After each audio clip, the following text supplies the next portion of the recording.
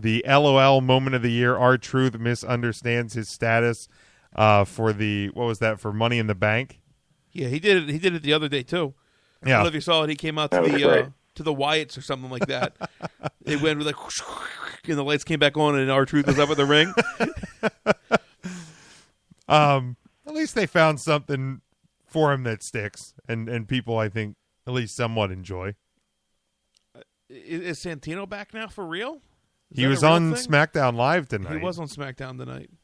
I don't know if he's back just with the WWE or if he will actually be back as a wrestler. That I don't know. We'll see. Matt, do you think this was the right choice over the Kazoo battle, the Miz promotion of Niagara, the Bushwhackers Hall of Fame? I don't think it was meant to be funny. I just think they're the Bushwhackers. I think they're just the Bushwhackers. They've lost their mind, and then the New Day dancing with the Authority on Raw. Yeah, I mean, I was okay with it. Who knows? The Slammies are like the Grammys, I guess. I don't really care about them unless someone gets snubbed. Like, I don't give a shit about the Grammys, but if, I don't know, Justin Bieber won over, Jesus, I don't even know who I like. Adele. Current. So, Jimmy, are you a big Adele fan? Is that what you're telling me? I'm not a huge Adele fan, but I know I know every U.S. concert Let's go with that. she had sold out in less than an hour. So Matt, you were watching this waiting for your Kanye West moment. Yes. Okay, and it never happened. I would have enjoyed that. Yeah. I did enjoy the New Day dancing with the Authority because you had Triple H making fun of Vince McMahon.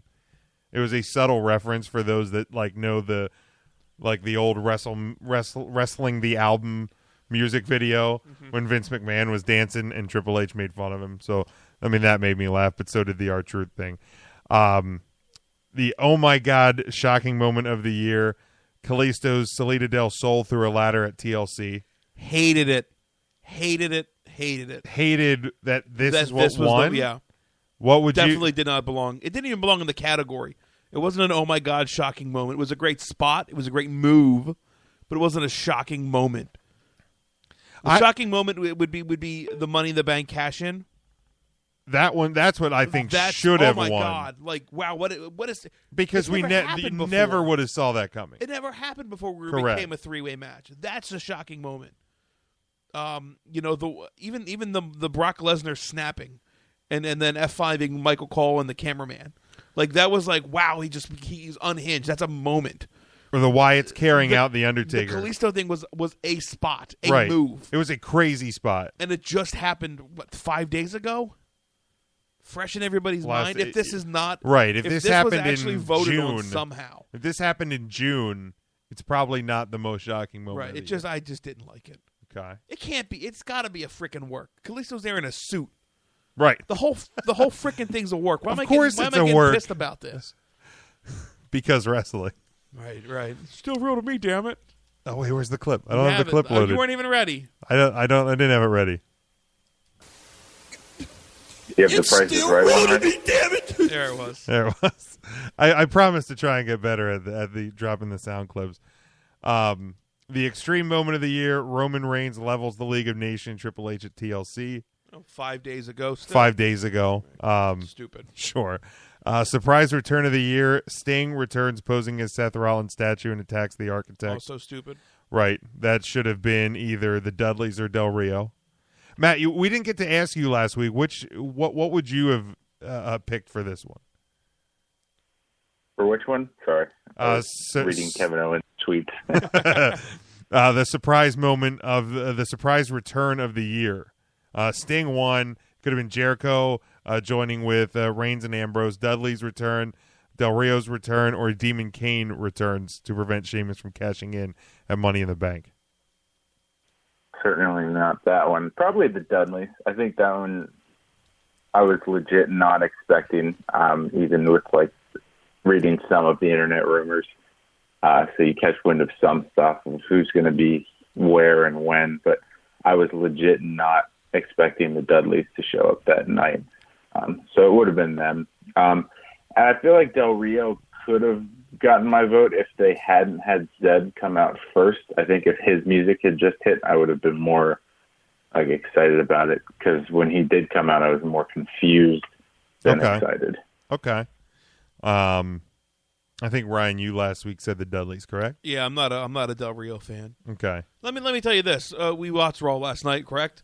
It was Yeah. Del Rio versus Jack Of course, Swagger. you're not a Del Rio fan, Ryan. But go on. I'm just not. The guy never freaking. He honest to God, never has. Never have been a fan. Never will be a fan. Match last night. The way to defend that finishing move is just don't hold on to the top freaking ropes. Am I right? Just stay there in the trio well, and you won't get freaking kicked in the chest and lose the match. Right. Just let go. Right. That's all you have to do. Like Jack Swagger hasn't learned after he did it onto chairs, he still holds on to the top freaking ropes. It's just not believable. I hate it. Absolutely hate it. I hate it. I hate that as a finishing move. Yes, I agree. I don't like it as a finisher. Here's the deal. And also, but if we're gonna, it kind of takes longer than 5 seconds, which is the break point that you should have somebody tied up in the ropes for. Right. It's a failure all across the board. Right. It is. But if we're gonna start talking, and this would be a discussion for a whole other time and day, but if we're gonna break down logic behind moves, I think we're doing something wrong here because you just let go of the ropes, though. Right. Okay. So dumb. Moving on. I hate it. Moving on. Best John Cena U.S. Open Challenge, Cena versus Cesaro on July 6th. I don't think any of these really could have been wrong. I think they were all pretty good. The Hero in All of Us award went to John Cena. I don't think there's any surprise on that. Stephanie McMahon was actually on the option to vote. Right, that I but didn't like. They never said it on the TV show. Oh, really? They never. But I even hate that would have even been an option. Like, she's the biggest heel on TV. Correct. And I get, but why would your biggest heel, who's just slapping the taste out of, people, night after night now, seemingly, be the hero in All of Us? I like how everybody was like, and again, Twitter very active on this one, that there's definitely going to be Titus O'Neil. He kind of took over for the Coleman thing this year. And I'm like, how can you discredit what John Cena does with Make-A-Wish? I just don't understand it. And then people had a problem with giving an award out for people like volunteering and doing all this good shit, how it's very two-faced of the WWE to give an award out and recognize themselves for all the charity work that they've done. Yeah. Shut up, you. Exactly. Shut up. Hashtag of the year, Suplex City. Sure. Celebrity moment of the year, Stephen Amell dives onto Stardust at SummerSlam. The Tell Me You Didn't Just Say That moment of the year, Brock Lesnar coined Suplex City at WrestleMania. I think these are all ones that we hit on the head. Best original WWE Network show, Stone Cold Podcast. To me, should have been Breaking Ground. But they were all pretty good. I mean they're all the good shows. It's hard to argue with it, but I like Breaking Ground the most. I'd love to see more Table for 3. I love Table for 3. Love WWE 24. Love Swerve. Swerve was fun to watch. Gives the jobber something to do.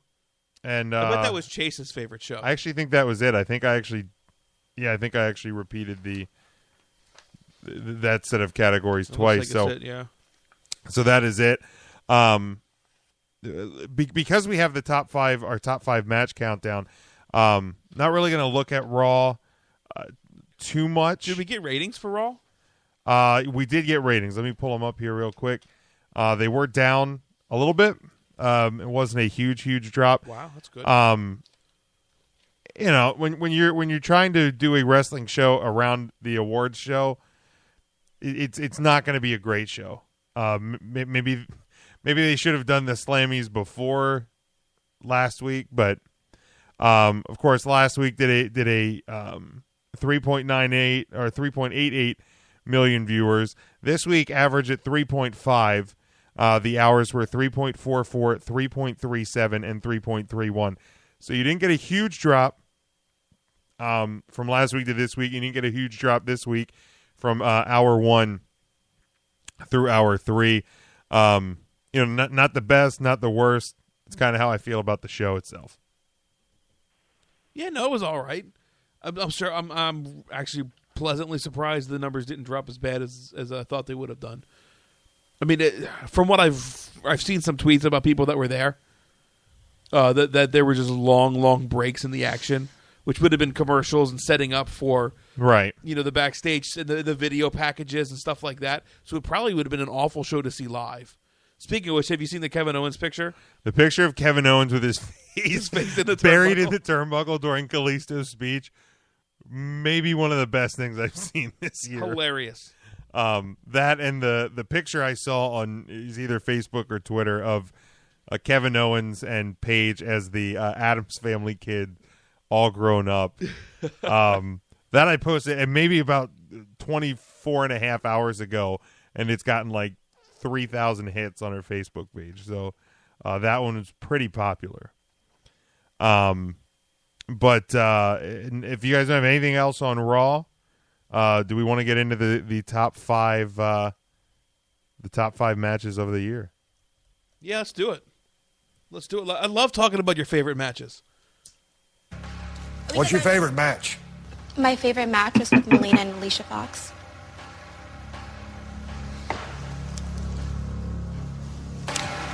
Who?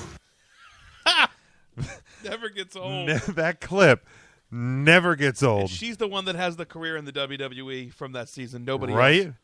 Right? Isn't that crazy? Wasn't that was the season that Matt Cross was on? It was. It sure was.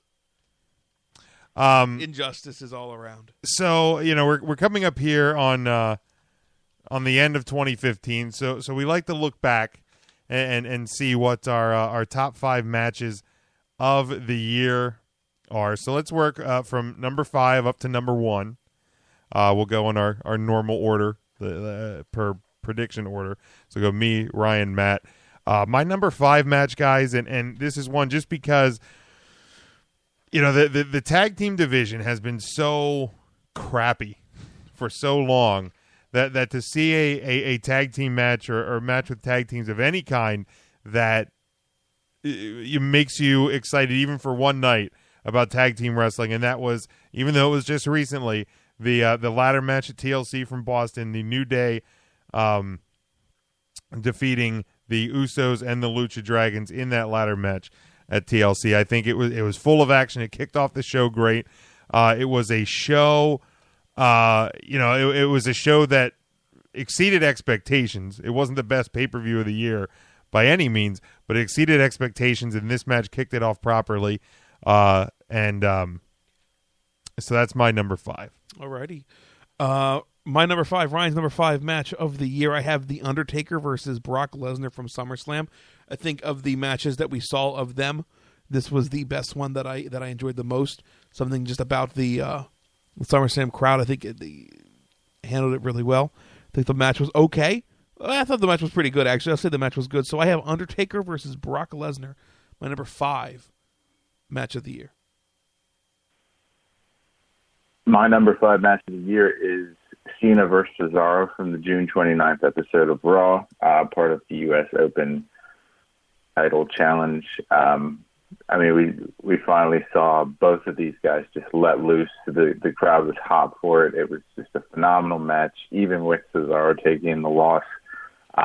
Cena was starting to add some new moves to his repertoire, getting past the 5 moves of doom in this one. It was just phenomenal. Everything you could ask for from both of those guys. Yeah, and as we count down these matches, we are going to open up the phones for you to give us your number 1 match of the year. If you want to call in 401-347-0613, and you have to use PIN 29312. Again, 401-347-0613 with PIN 29312. So my number 4, guys, is the Kevin Owens, who was at the time NXT champion, taking on then U.S. champion John Cena in a non-title match at the Elimination Chamber special event in Corpus Christi. Owens winning that one. It was a great match. It was in a year where I think I know we kind of joked about it back in the summer that when we get to this countdown, it's going to be what were the top 5 John Cena matches, because there were so many good ones at that point, and this one really stood out to me. It was a great match, and both guys put in real great work with each other, and this was the first of a series of 3, and it was the one that Kevin Owens came out on top. Really enjoyed this one. My number 4 match takes us the whole way back to Royal Rumble. It is the John Cena versus Brock Lesnar